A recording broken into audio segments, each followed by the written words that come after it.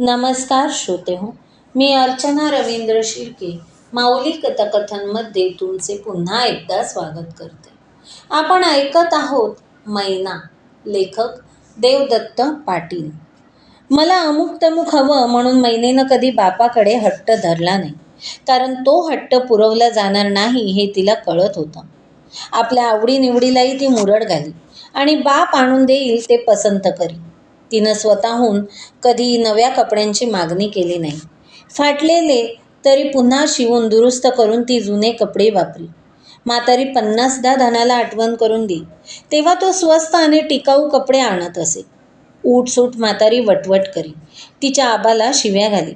पण मैनेच्या मनातलं आबाचं प्रेमाचं स्थान ढळलं नव्हतं, कारण तिची माणसं अशी दोनच होती, आजी आणि आबा. त्यांच्याकडे पाठ फिरून कुणाकडे तोंड करायचं.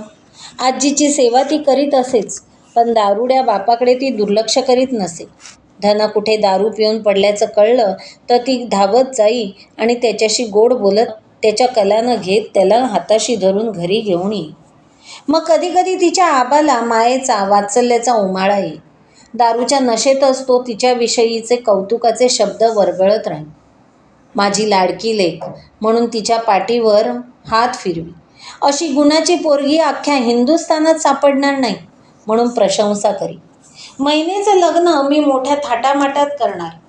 बंगला मोटार गाडीचा मालक असलेल्या धनवंतालाच मी जावई करून घेणार. हत्तीवरून वरात काढणार आणि गाव जेवण घालणार, असं मोठमोठ्याने बोलत राही. माझ्या लेकीला खूप काम करावं लागतं, पोरीचे फार हाल होतात म्हणून तो गळा काढी. पण दारू उतरली की तो सगळं विसरून जाई आणि लेकीची विचारपूस करण्याचीही त्याला आठवण राहत नसे. आजे, अजून बी आबा आला नाही की? मैनेनं झंपर शिवून झालं तसं परत आठवण काढली. तू जेव जा म्हणतीया नव्हं, त्यो येऊ दे नाही तर खपू दे तकडंच. मैना उठली. चौकात उतरून ती सावकाश दरवाजाशी आली. दार नव्हतंच, फक्त कुजलेली चिरलेली जुनी नक्षीदार चौकट होती. ती बाहेर पायरीवर येऊन उभी राहिली. आळीतल्या घरांची दारं बंद झाली होती.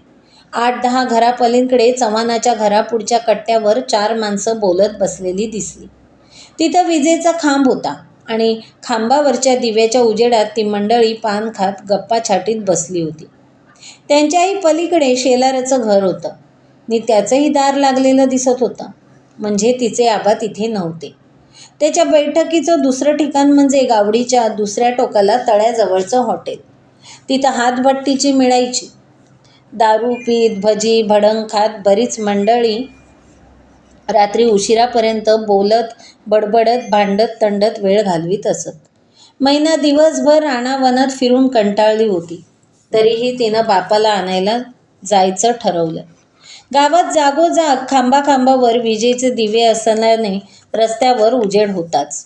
ही वीजही अलीकडेच गावात आली होती, पण धनानं ती आपल्या वाड्यात आणण्याचा काही विचार अजून केला नव्हता. मैनेनं मागे वळून सोप्यात बघितलं. म्हातारी स्वस्थ पडून होती. तिला सांगावं म्हटलं तर तिनं नातीला रात्रीचं बाहेर जाऊन दिलं नसतं. मैना पायऱ्या उतरून रस्त्याला लागली आणि लगबगीनं बापाला शोधायला निघाली.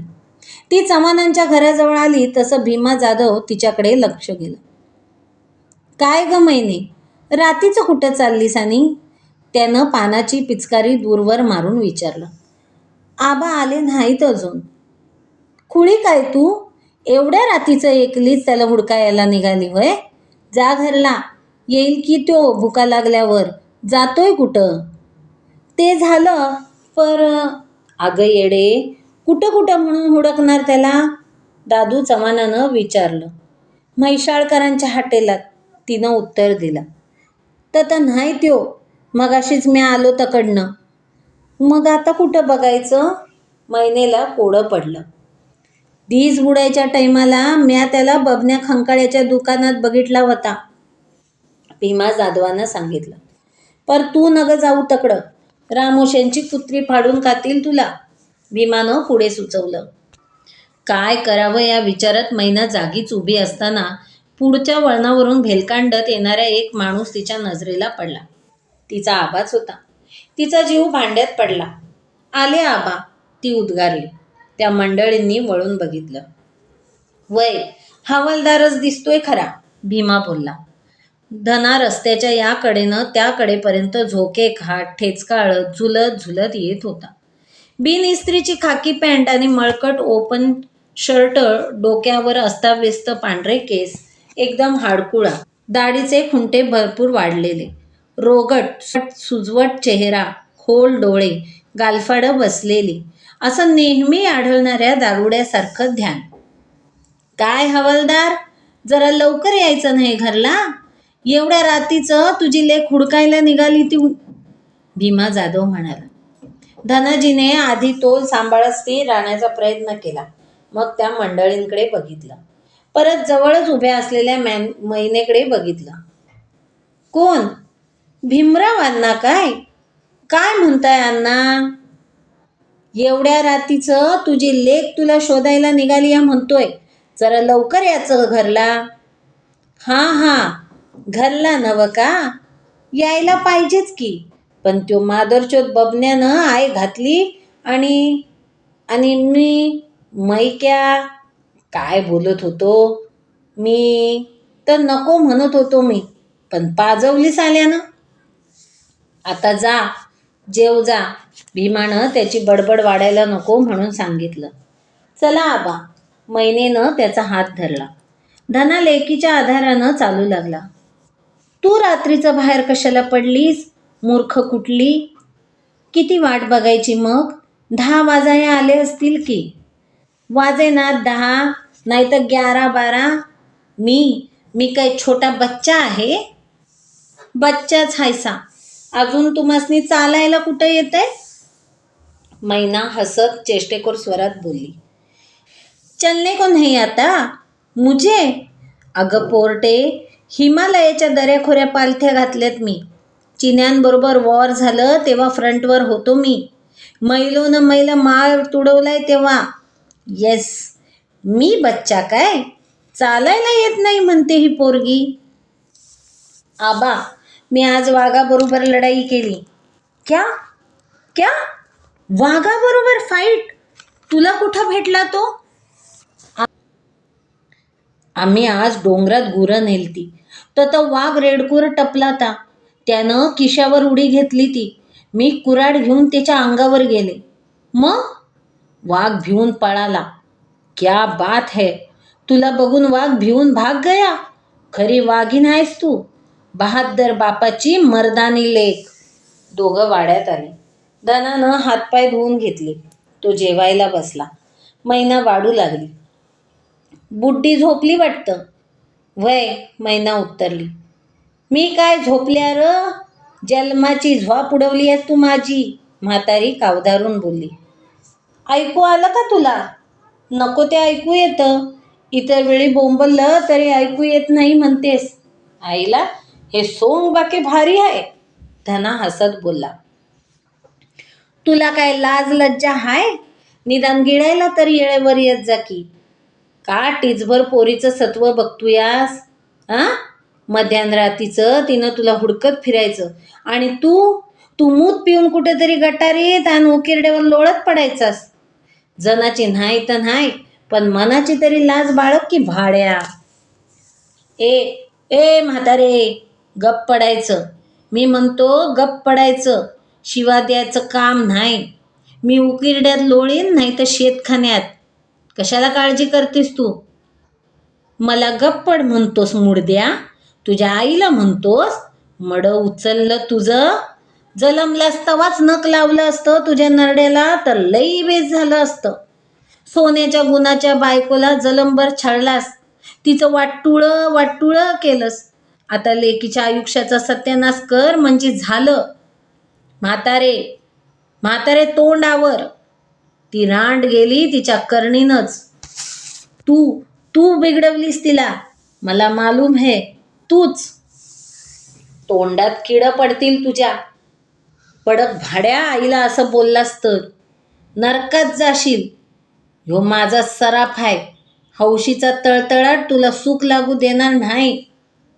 अरे जाव, कावळ्याच्या शापानं फांदी मोडत्या काय? जाव, मी नरकात जाणार आणि ती ती छिनालबाई स्वर्गात गेली असेल नाही का? इंद्राच्या दरबारात सिंहासनावर बसली असेल इंद्राणी होऊन. हा हा काय बायका, महापतिव्रता बायका, सती हौसाबाई. गंमत हाय हा. हा तो खदखदून हसू लागला. आबा जेव्हा बघू गप्प आता, मैना बोलली.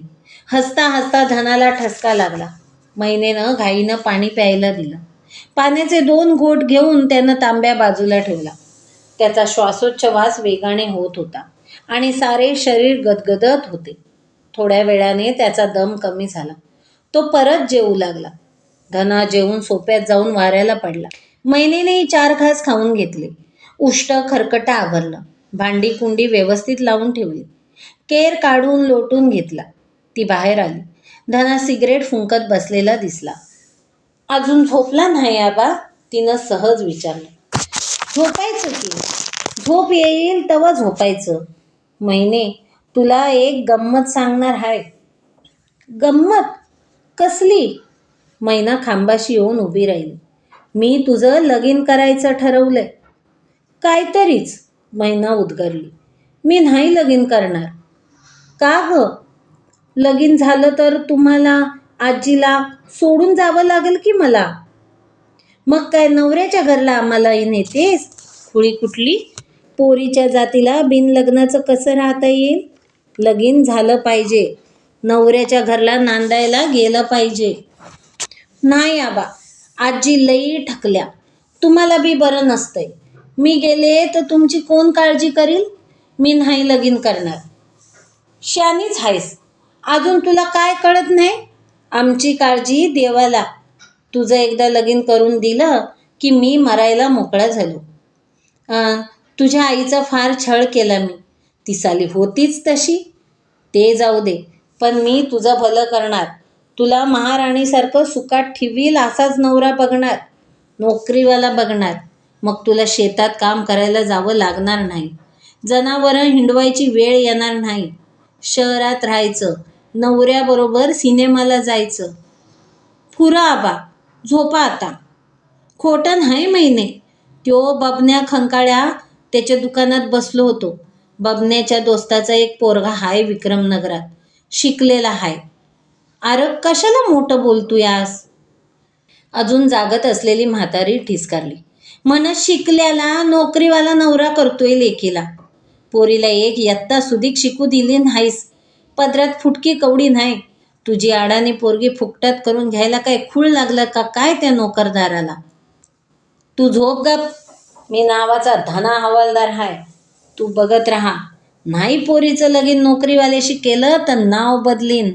मैना अडाणी हाय, पण रूपानं सिनेमातल्या नटीसारखी हाय. आणि पैशाचं काय घेऊन बसल्यास? हिला बघितल्या बघितल्या स्वतःच हुंडा द्यायला तयार होईल कोण बी. यावर म्हातारी काही बोलली नाही. मैनाही आत गेली. पाणी घेऊन आली. बापाच्या उशाला तांब्या ठेवून ती म्हशीकडे गेली. खराट्यानं शेण मागे सारलं. सोनी पुढं कडबा टाकला. ती परतली आणि सोप्यात आजीजवळ झोपली. आपलं लगीन करणार म्हणतात आपलं बाबा. नोकरीवाला नवरा करून देणार. लगीन म्हणजे परबाच्या रूपाचं झालं तसं. मांडव घालणार, वाजंत्री आणणार, अंतरपाट धरून भटजी आरडून ओरडून मंगलाष्टका कसली गाणी म्हणणार. मग रातीला घोड्यावरनं वरात निघणार. लोकांसनी जेवण घालणार. मग आपण नवऱ्याच्या घरला नांदाया जाणार. मग आपण त्या घरात राबायचं. पर नवऱ्याच्या घरात लई त्रास असेल नाही का? रूपा नांदाया निघाली तेव्हा आपल्या आईच्या गळ्यात पडून किती रडत होती. रूपाच का? सगळ्याच पोरी नांदाय निघाल्या की रडत्यात. असं का? आपण ज्या घरात लहानाचं मोठं झालो ते घर, आपली माणसं, आपलं गाव सोडून जावं लागतं म्हणून? का नवऱ्याच्या घरात त्रास होतोय म्हणून? ती मोहितेंची तारा, तिनं तर हिरीत जीव दिला. चौगल्याची शेवंता, ती 2दा माहेराला पळून आली नवरा मारतोय म्हणून. आणि जाधवांची पमा, तिला तर सासूनं आणि नवऱ्यानं मिळून जित्त जाळलं म्हण. असं हाय तर पोरीचं लगीन का करून देत्यात? आपल्या आजीला सुधीक लई त्रास भोगावा लागला. आईचे तर आबांनी लई लई हाल केले म्हण. त्यातच आई मरून गेली. आपण नाही लगीन करायचं. आपण आजीजवळ राहायचं. आबा कसं का असणार, पर त्याची बी लई माया हाय माझ्यावर. आजीची बाबाची सेवा करीत जगायचं, राबून खायचं. ते लगीन नको का नांदाया जाणं नको. तरी बी कशापायी लगीन करत असतील माणसं.